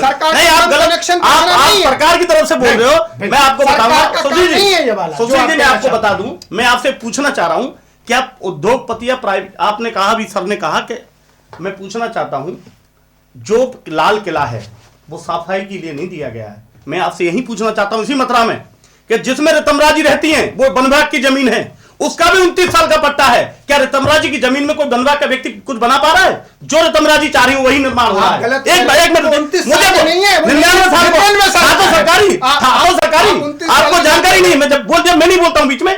आज सुनो, इनको वही बताना चाहता हूं मैं। पहले जो पट्टे 99 साल के हुआ करते थे, वो 29 साल 3 महीने के होते हैं, उनको भी 99 साल ही माना जाता है। क्योंकि मेरे पास भी लीज है, मैं आपको बता दूंगा। मैं ये कहना चाह रहा हूं आपसे, आप कहते हो नौजवान की, टेक्नोलॉजी की बात करते हो, सारी बातें आपकी सही हैं। इन 6 वर्षों में कौन सी टेक्नोलॉजी बताइए? कोई आपने यूनिवर्सिटी बनाई है उस देश में? कोई आपने एम्स बनाया उस देश में? कोई आपने पटना में हमने भुवनेश्वर में सुनता नहीं दिया, सुनता एग्जांपल दे दूं मैं बोला नहीं बीच में, नहीं मुरारी लाल जी गलत है, मैं बोला नहीं बीच में, फिर मैं भी नहीं बोलने दूंगा आपको। आप अपनी रिपोर्ट देना ना, मैं बता रहा हूं आपको। आपने उस उत्तर प्रदेश में 4 साल की सरकार में कोई एक्सप्रेसवे बनाया हो, कोई बहुत बड़ा मॉडल स्कूल बनाया हो? आप केवल और केवल बेचने का काम कर रहे हैं। और ये जो बजट है ये झूठ का पुलिंदा है। मैं मुरारी लाल जी सुन रहे हैं, मैं बहुत देर से आपकी बात सुन रहा था। हम लाभ क्या होता है मालूम है? क्या उद्योगपतियों को लाभ देना लाभ नहीं है? आप देश के हालात ये हैं, आप इतने ही देश के कृषि किसानों का हित चाहते हो तो क्यों काले कानून वापस नहीं ले लेते हो? क्योंकि वो काला कानून जिनके कहने से बनाए उन लोगों ने बड़े बड़े तमाम वेयर हाउस बना लिए हैं। उनके वेयर हाउस के लिए सरकार रेलवे लाइन बिछा चुकी है, वो बड़े बड़े गोदाम बना चुके हैं, उनका दबाव है। मैं पूछना चाहता हूं, जिसको किसान नहीं चाहता है, किसान 80 से ज्यादा मर गया। आज देश का किसान आंदोलन कर रहा है, देश के किसान को पुलिस के बल पे उठाया जा रहा है। जिस तरीके से कल मैं देख रहा हूं टिकरी बॉर्डर पे तार फिनिशिंग की जा रही है, बॉर्डर पे सड़क में बड़ी बड़ी कीलें लगाई जा रही हैं। अरे इतनी सुरक्षा किसान की कर रहे हो मुरारी लाल जी, तो अरुणाचल प्रदेश में एक नेपाल ने चीन ने गांव बसा लिया, आप बॉर्डर पर सुरक्षा करके देखते ना कितने जवान हमारे शहीद होते हैं। ये भारतीय जनता पार्टी जब से आई है देश में, आज जीडीपी की हालत क्या है? बांग्लादेश से भी नीचे हम लोग हैं। आज आप मन में अपने लड्डू बांट के अपनी पीठ थपथपा रहे हो। आम जनता को देखिए कितना नीचे चला गया। आज आम जनता के पास खाने के लिए पैसे नहीं है, आज गांव में रोजगार नहीं है, नौजवान बेरोजगार घूम रहा है, शिक्षा का अभाव है, नौकरी का अभाव है। इसी जनपद में सुशील जी आप बताइए कितनी फौज की भर्ती हुआ करती रही? इन 6 वर्ष में एक भी पुलिस या आर्मी की भर्ती हुई है? आप क्या बात करना चाहोगे? कहना ये चाहूंगा प्रदीप जी, नहीं गलत। आप अच्छी बात है, मैंने क्या कहा, भारतीय जनता पार्टी के लोग बहुत अच्छी कथा कर लेते हैं, बहुत अच्छे भाषण दे लेते हैं, वो गणेश जी को दूध पिला देते हैं, ये कुछ भी कर सकते हैं। अब आप जिस तरीके से मैं पूछना चाह रहा हूं, बजट है, आज कोई भी देश का आम व्यक्ति रिक्शे वाला अगर ये कह दे इस बजट में हमें कुछ मिला है, तो मैं तारीफ करूंगा देश के प्रधानमंत्री की। कोई व्यक्ति इसमें, किसान ये कह दे हमें कुछ मिला है, बेरोजगार ये कह दे इसमें कुछ मिला है, ये पूरा आप बजट स्टडी कर लेना और दोबारा सुशील जी बुला लेना। मैं देश के खुले मन से बड़े दिल करके प्रधानमंत्री की और बजट की तारीफ करूंगा। ये बजट केवल 3 लोगों के लिए है, अडानी, अंबानी और उद्योगपतियों के लिए बजट है। मैं पूछना चाहता हूं, हमारी आमदनी नहीं बढ़ी, 50,000 रुपए की पूंजी लगा करके जैसा कि इतनी बड़ी तादाद में आमदनी बढ़ जाती है, हमारी तो नहीं बढ़ी। कहां है वो महेश शाह जिसने कहा था मेरे पास 13,000 करोड़ रुपए काला धन है? उसको गिरफ्तारी नहीं होगी। राकेश टिकैत की होगी, उस सिद्धू की गिरफ्तारी नहीं होगी जो झंडा अपमान करके षड्यंत्र के तहत लाल किले पर गया और उसके प्रधानमंत्री के साथ फोटो है, उसके अमित शाह के साथ फोटो है, उसके सनी देओल के साथ फोटो है। क्यों नहीं गिरफ्तारी हुई आज तक उसकी, सिद्धू की? क्यों राकेश टिकैत की गिरफ्तारी होगी? ये आज देश का प्रधानमंत्री उद्योगपतियों के हाथ बिक चुका है और आने वाले समय में ये देश गुलाम होगा। अब किसान आंदोलन पर हम चर्चा के लिए दोबारा आपको बुलाएंगे। आज हमारी चर्चा बजट पर है और ये उसी से जोड़ के सुशील जी, नहीं बजट नहीं ये सारी चीज है तो देश की ना जी। और देश पे आज हम चर्चा कर रहे हैं। बजट भाई ये जितनी बात कर रहे हैं वो सारी मिथ्या है। अच्छा बताइए, सिद्धू मैं वीडियो दिखाऊं आपको, मोबाइल लगा के फोटो दिखाऊं, और सिद्धू अभी तक पकड़ा नहीं गया है, वो ना उसके खिलाफ एफआईआर हुई है और किसानों के खिलाफ एफआईआर होगी। किसानों को रोका जाएगा, किसानों के देश में। यहाँ प्रधान बाद में आता है, देश कृषि प्रधान है, कृषि पहले आती है और प्रधानमंत्री बाद में आता है। मुरारी लाल जी, सुशील जी ऐसा है, प्रदीप जी ने कहा कि कृषि कानून लाया गया है।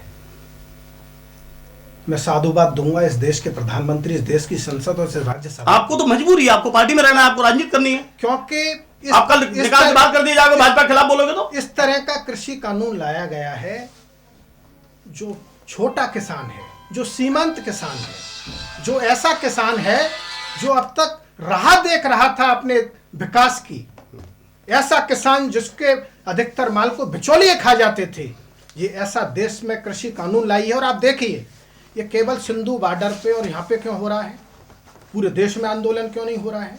वो देश में इसलिए आंदोलन नहीं हो रहा है कि जो छोटा किसान है, जिसके पास 1 हेक्टेयर है, जिसके पास 2 हेक्टेयर है, वो जानता है कि मैं जितनी फसल उगाऊंगा, मैं किसी को भी बेचूंगा, मुझे आज़ादी होगी। इस सरकार ने इस देश के किसानों को आज़ादी देने का काम किया है, लेकिन चूंकि मोदी जी के खिलाफ विपक्ष के पास कोई मुद्दा ही नहीं है, आप हताश हैं, आप निराश हैं, आप अब देख रहे हैं कि आपका वोट बैंक आपसे खत्म हो चुका है, आप तुष्टीकरण की राजनीति करते हैं, इसलिए आपको ये सब मिथ्या बातें नजर आ रही हैं। बात हो रही थी बजट की, और बजट की बात होते होते आपने उसको बात को राजनीति की तरफ मोड़ दिया। आज हम यहाँ पर राजनीतिक चर्चा के लिए नहीं बैठे, बजट भी राजनीतिक मुद्दा है। हम यहाँ पर बैठे हैं बजट के लिए। सरकार बजट पेश कर रही है, बजट कोई बजट किसी अर्थशास्त्री ने पेश नहीं किया है, बजट देश की रक्षा वित्त मंत्री ने पेश किया है और भारतीय जनता पार्टी के वित्त मंत्री ने पेश किया है। आप नाम ले देते हैं, वो तो जो जिसकी सरकार होगी बजट उन्हीं के द्वारा लाया तो बस उसी पर तो चर्चा करेंगे। लेकिन हम चर्चा को वही लाते हैं। एक चीज इसमें वो करना चाहता हूँ, मैं बता दूं कि अभी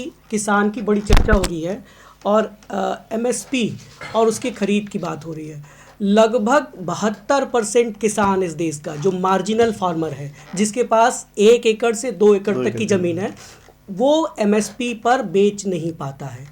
ध्यान से सुनिएगा इस बात को सुशील जी। वो 72% किसान, यानी इस देश के 72% किसानों को तो MSP की जरूरत ही नहीं है। सिर्फ वो 28% बड़े किसान जो इस MSP की गारंटी मांग रहे हैं, वो 28% बड़े किसान हैं, पंजाब, हरियाणा या देश के किसी अन्य भागों के बड़े किसान। और वो 72% किसान आज तक MSP में शामिल ही नहीं हुआ है। जो चर्चा आती है कि वो 1800 की MSP और 1200 में बेचता है, तो 72% किसान है।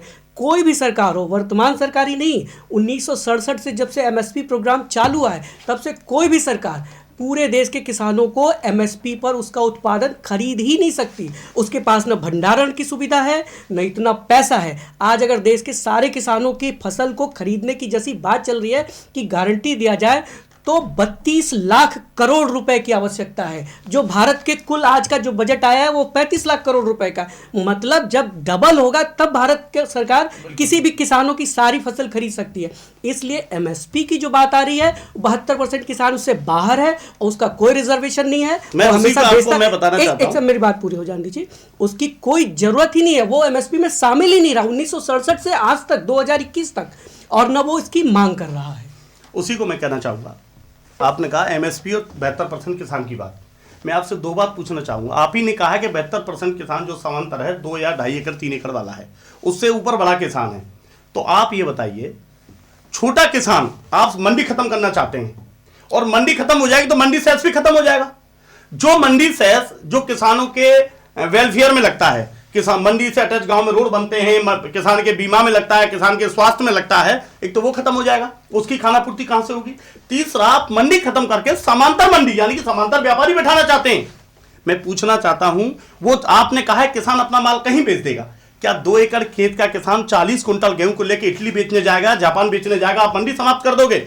रही बात समांतर व्यापारी की, जिसको आप खरीदने की बात कर रहे हो, वो मंडी में आज भी नहीं, आज भी मंडी में बेच रहा है। दूसरी बात आप कह रहे हो मंडी के बराबर में मंडी खत्म करके हम समांतर मंडी लगाएंगे। आपने जब आपकी बैंक से आपके तमाम उद्योगपति पैसा लेके भागे, उनकी पूछ नहीं उखाड़ पाए, बेचारे छोटे किसान का अगर 40 कुंटल का पैसा लेके कोई प्राइवेट व्यापारी भाग गया, वो बेचारा कहां से ढूंढता फिरेगा। व्यापारियों पे आरोप लगाइए। नहीं, बिल्कुल भागेंगे,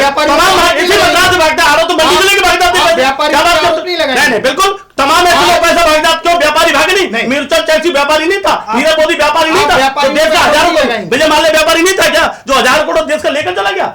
जब आप विजय माल्या, नीरव मोदी व्यापारी को नहीं पकड़ पाए, तो ये बेचारा किसान जो उसके 40 कुंटल गेहूं के पैसे को लेकर भाग जाएगा, वो टार्च लेकर उसे काम उड़ेगा। जवाब दीजिए। प्रदीप जी का आरोप है कि आप मंडी खत्म करना चाह रहे हैं, आप आरोप है, जवाब दीजिए। कोई भी क्या बात करो, 15 मंडी समाप्त, 15 लाख मंडियां देश में। सुनिए, इन मंडियों को उन्हीं उद्योगपतियों को देके उनका गोदाम बनाना चाह रहे हैं। मैं पूछना चाहता हूं आपसे सुशील जी, आप देखो हवा में बात करना बहुत बड़ी बात है। आप हमारे पास एक्सपर्ट बैठे हैं, आप कृषि कानून बिल पढ़ लीजिए। मैं एक बहुत बारीकी की चीज आपको बताने, जब वो बिल कानून पढ़ रहे हैं, अरे मैं भी पढ़ रहा हूं, मैं भी पढ़ रहा हूं आप उसको नहीं, मैं चुप रहा हूं। अरे मैं उसी पे बोल रहा हूं, एक सेकंड। अच्छा, दूसरा डिबेट देख लीजिए, इतने ज्यादा बोल रहे हैं। अरे बिल्कुल, मैं जानकारी बोल रहा हूं। आप कृषि कानून की बात करोगे, जो कॉन्ट्रैक्ट फार्मिंग के सामने बैठे, एक सेकंड, अरे ये कॉन्ट्रैक्ट फार्मिंग जो दी गई है, उसमें कॉन्ट्रैक्ट फार्मिंग में ये कहा गया है कि किसान से जब वो कॉन्ट्रैक्ट फार्मिंग प्राइवेट फार्मर लेगा, तो अगर कॉन्ट्रैक्ट फार्मर और फार्मर के बीच में विवाद होता है, विवाद जब होता है तो केवल एसडीएम के यहां अपील करेगा, और उसमें एक क्लॉज ये भी है कि न्यायालय नहीं जाएगा। मैं पूछना चाहता हूं, एक तहसील का एसडीएम उस 2 एकड़ के किसान की बात सुनेगा, ये जो 1000 एकड़ की फार्मिंग कर रहा है कोई उद्योगपति, उसकी बात सुनेगा, और जब उससे उसका विवाद हो जाएगा, क्यों, हम लोग गरीब आदमी, एक आम किसान, तो जो सरकार जिसकी नहीं सुनती है, अधिकारी जिसकी नहीं सुनते हैं, उसके सुलभ और सस्ता न्याय उसको न्यायालय में मिलता है। आपने क्यों न्यायालय में बात लगाया कि किसान न्यायालय नहीं जा सकता? जवाब दीजिए, जवाब सुनिए। इसमें 2 बात। अब आप ऐसी डिबेट पे बैठे हैं हम यहाँ जिसमें सवाल भी प्रदीप जी कर रहे हैं, उसका जवाब भी प्रदीप नहीं, जी जवाब दे मैं तो रहे कह रहा हूँ ना, जवाब आप दीजिए। न्यायालय जाने की क्या पाबंदी क्यों है? आपसे मांग आप न्यायालय जाना चाहिए ना, विवाद होगा तो। देखिए, जवाब सुनिए जरा। सबसे बड़ी बात, आप धैर्य से जवाब सुनिए। आपने किसी भी कृषि कानून का कोई विश्लेषण नहीं किया। मैंने पूरा पढ़ा है, मेरी गाड़ी में रखा है। आपने ही नहीं की, पूरे समाज नहीं, मेरे पार्टी ने नहीं पास आप किया। गलत, मेरी गाड़ी में रखा, मैं आपके साथ नहीं होगा, आप पे साथ नहीं होगा, मैं ला सकता हूँ अभी। आपके राष्ट्रीय अध्यक्ष ने भी नहीं किया। आप राष्ट्रीय अध्यक्ष की तुलना मत करिए भाई साहब, उन राष्ट्रीय की बात करोगे, उनसे ज्यादा पढ़ा लिखा तो आपका प्रधानमंत्री भी नहीं है। आज प्रधानमंत्री आपकी डिग्री नहीं दिखा पाते, हमारे तो बजट पड़े इंजीनियर हैं। इंजीनियर है वो, किसान की पीड़ा हेलो, को नहीं जानते। क्या बात करो, उनसे ज्यादा किसान कौन होगा? उनके फादर। आप क्या बात करें यार? किसान की समाजवादी पीड़ा को पार्टी नहीं हमेशा चौधरी चरण सिंह की नीतियों में चलती है। हमारी आपने- पार्टी अडानी और अंबानी से नहीं चलती है, देश के आपने- किसान से चलती है, नौजवान से चलती आपने है। अभी आरोप लगाया, मेरे पास में छोटा कृषि किसान- कानून बिल नहीं, सुनिए। पूरा गाड़ी में रखा, मंगा सकता हूं मैं। अभी छोटा किसान, आपने कहा छोटा किसान न्यायालय नहीं जा सकता। नहीं नहीं, इस बात का मतलब- छोटा किसान नहीं कहा मैंने, उस बिल में है ये। चर्चा हमारी जारी रहेगी। हम बीच में छोटा सा ब्रेक ले रहे हैं, ब्रेक के बाद फिर हम इसी चर्चा पर लौटेंगे। तब तक के लिए आप हमारे साथ बने रहिए।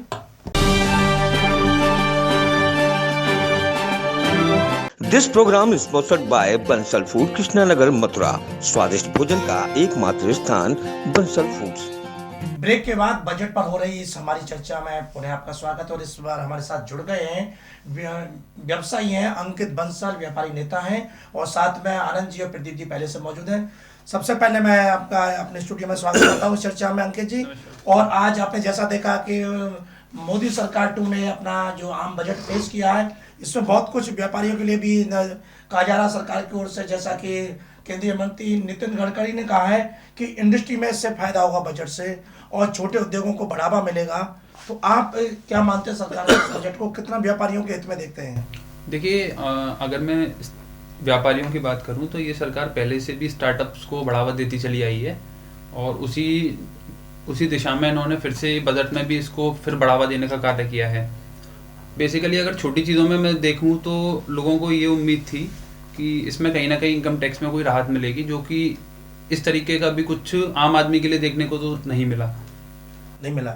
जो स्टार्टअप की आपने बात कर रहे हैं तो उसको 2022 तक उन्होंने कह दिया उसमें जो छूट है वो जारी रहेगी। जी, तो इससे कहीं ना कहीं देखिए ये आदमी टैक्सेशन से बचना, मतलब चोरी करना एक उसका व्यवहार होता है कि वो चोरी करता है, स्वभाव बन गया है। हाँ, स्वभाव बन गया है। लेकिन अगर ऑलरेडी उसमें छूट दी जा रही है तो ये कहीं ना कहीं प्रोत्साहन दिया जा रहा है स्टार्टअप्स के लिए।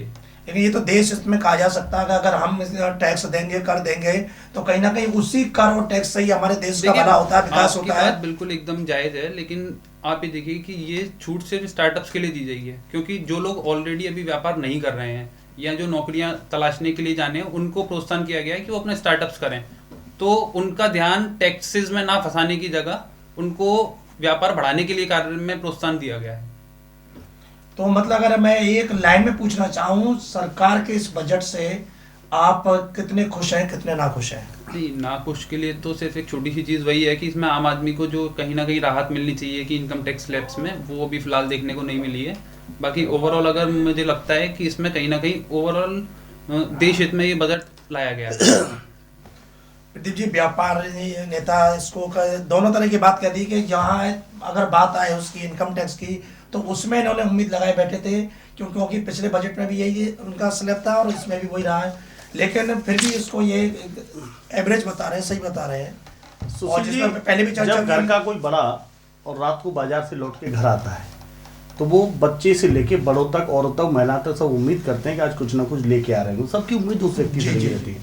साल में एक बार आम बजट पेश होता है भारत सरकार का, और पूरे देश में रिक्शे वाले से लेकर हवाई जहाज तक जो भी देश में निवास करता है, सबकी उम्मीद होती है कि इस बजट में हमको कुछ ना कुछ मिलेगा। लेकिन ये पहला बजट है, सब इसको बहुत अच्छा बजट कह रहे हैं जो समर्थक हैं, और मिला किसी को भी कुछ नहीं है। मैं कहता हूँ व्यापारी को भी कुछ नहीं मिला है, आम आदमी को कुछ नहीं मिला है, सर्विस क्लास को कुछ नहीं मिला है, बेरोजगार को कुछ नहीं मिला, नौजवान को कुछ नहीं मिला है। मैं फिर आपको बहुत ही स्पष्ट शब्दों में बता देना चाहता हूँ, ये बजट केवल और केवल झोल और गुमराह करने का बजट है, अपने आप की वाहवाही लूटने का बजट। इसमें तो आनंद त्रिपाठी जी ने जो बिल्कुल जो बात आप कह रहे हैं वो पहले कह चुके हैं कि मन अनुकूल नहीं है, मन के मुताबिक तो नहीं है, लेकिन अगर हम पूरे देश की बात करें तो उन्होंने एक शब्द बड़ा अच्छा कहा कि जन अनुकूल है। नहीं, जन अनुकूल तो कैसे मान लिया? सहमति मेरी बात सुनिए, आज ये देश की प्रधानमंत्री का 6वां बजट है, 7वां कहेंगे सॉरी। जब से माननीय प्रधानमंत्री देश के प्रधानमंत्री बने हैं, और जब जिस समय वो उनके पुराने आप वीडियो अगर रिव्यू कर ले तो उसके विपरीत बजट है। अभी मैं कल एक वीडियो देख रहा था, मैं देश नहीं बिकने दूंगा, मैं देश नहीं बिकने दूंगा। वो फलाना बेच दिया, उन्होंने ये बेच दिया, उन्होंने ये बेच दिया। वही काम तो प्रधानमंत्री जी कर रहे हैं। बजट की अगर आप बात करो, मैं आपसे वही बात दोहराऊंगा दोबारा से जी। आप अभी अपने फेसबुक पे पोस्ट डालना, आपके 5000 लोग तो आपसे जुड़े होंगे, बिल्कुल, और ये डालना कि कोरोना राहत कोष जो मिला था, क्या किसी 5000 में से किसी व्यक्ति को 2 रुपए मिले? मैं गारंटी के साथ कह रहा हूं, वो 5000 व्यक्ति ये लिख के भेजेंगे हमको कुछ नहीं मिला। वही देश की हालात है। मैं आपको पूछना चाहता हूं, जो लोन का इशू था, राहत जो उसमें लोन का पैकेज देना था, आप साथ ही बैठे, उसमें जो कंडीशन थी वो ये थी कि 100 करोड़ का टर्नओवर हो, ऑलरेडी 20 करोड़ रुपए बैंक का लोन हो, यानी कि जो बेईमान था उसी को पैसा दिया जाएगा। जिसके पास 100 करोड़ का टर्नओवर नहीं है और जिस पे बैंक का लोन नहीं किया, उसको लोन नहीं देगी बैंक उसमें, उस सेक्टर में। आप इसीलिए आपको कह रहा हूं, जैसे मंडी की बात थी, बजट जो होता है इसको आम बजट कहते हैं, बिल्कुल। लेकिन जो आम बजट है इसका नाम बदल देना चाहिए। ये खास बजट है। जो आज देश का आम बजट के नाम पर बजट पेश किया गया वो खास बजट है, और वो बजट केवल खास लोगों के लिए बनाया गया है। आप देख रहे हैं समाजवादी पार्टी के बड़े प्रखर वक्ता हैं प्रदीप जी, और उन्होंने फिर उसी बात को लेके आए हैं कि जो सारे उद्योगपतियों को या तो निजीकरण में जा रहे हैं या जिनका आरोप है बेचे जा रहे हैं, वो नहीं 2 लोगों को। तो आप एक एक्सपर्ट के नाते मैं आपसे पूछना चाह रहा हूँ विशेषज्ञ के रूप में, कि जो सरकार के जो ये कदम है, जिनको ये आरोप की दृष्टि से देख रहे हैं, आपका क्या मत है? देखिए, राजनीतिक लोगों की अपनी अपनी हाँ, विचारधारा होती है। पूछो। हाँ, राजनीतिक लोगों की अपनी मजबूरियां होती हैं, चाहे वो सत्ता पक्ष के हों चाहे विपक्ष के। बिल्कुल। लेकिन जहाँ तक मैं पहले भी क्लियर कर चुका हूँ कि डिसइन्वेस्टमेंट बेचना नहीं होता है, एक बात। और ये देश में पिछले 30 सालों की पॉलिसी चली आ रही है। कोई आज इसी सरकार ने ये पॉलिसी बनाई हो या शुरू की हो, ऐसा नहीं है। दूसरी बात कि इस बजट से लोगों को किसको क्या मिला, मैंने पहले भी कहा कि व्यक्तिगत तौर पर पाने और खोने का सब की बात नहीं है इस बजट में। इस बजट को देखिए, इस बजट की देश में चारों तरफ उसके स्वागत हो रहे हैं। देश का सेंसेक्स करीब 1500 अंकों से ज़्यादा ऊपर गया बजट के बाद। और उसके बाद इस बजट को देखा जाए तो बड़ी ज़बरदस्त पारदर्शिता है। सरकार अपनी कमियों को भी इस बजट में साफ साफ कह रही है और अपनी मजबूतियों को भी कह रही है। सरकार ने साफ साफ बताया कि इस बजट में पहली दफ़ा सरकार ने बताया कि 9.5% राजकोषीय घाटा, फिजिकल डेफिसिट 9.5% तक पहुंचा, जो पिछले 30 वर्षों में कभी नहीं गया है।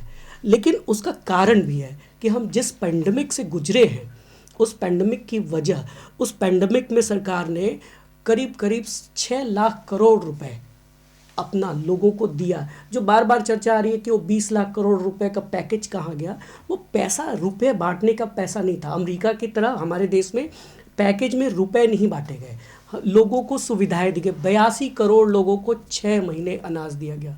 वो मुफ्त में नहीं आता है, उसके लिए पैसे, उस पैसे को जोड़ा गया है उस 20 लाख करोड़ पर। और उसके साथ ही बहुत सारी ऐसी चीज़ें हैं जिसमें कि लोगों को मुद्रा योजना के तहत कर्ज दिए गए, तो वो पैसे किसी को बांटे नहीं गए। जैसे अमेरिका में हर हफ्ते एक बना दिया गया कि लोगों को $300 दिया जाएगा पैंडेमिक उसके तहत। हमारे देश में ऐसा नहीं हुआ, लेकिन उस पैसे को मीट आउट करने के लिए सरकार ने डिसइन्वेस्टमेंट के प्रोसेस को अपनाया है। बैंकों के डिसइन्वेस्टमेंट की जहां बात की गई है, वहीं सरकारी बैंकों के लिए इसी बजट में 20,000 करोड़ रुपए का प्रावधान भी किया गया। तो इसलिए बैंकिंग सेक्टर को ये भरोसा दिलाया गया है कि हम आपको तबाह करने नहीं जा रहे हैं। जो लोग परफॉर्म नहीं कर पा रहे हैं, जो नॉन परफॉर्मर रहे हैं लगातार, उनको कुछ हद तक और एक्सपर्ट और बाहर से पूंजी लाई जाए। यही मैं प्रदीप जी के सवाल को कहना चाह रहा हूँ, आपका जवाब उस पर आपकी प्रतिक्रिया।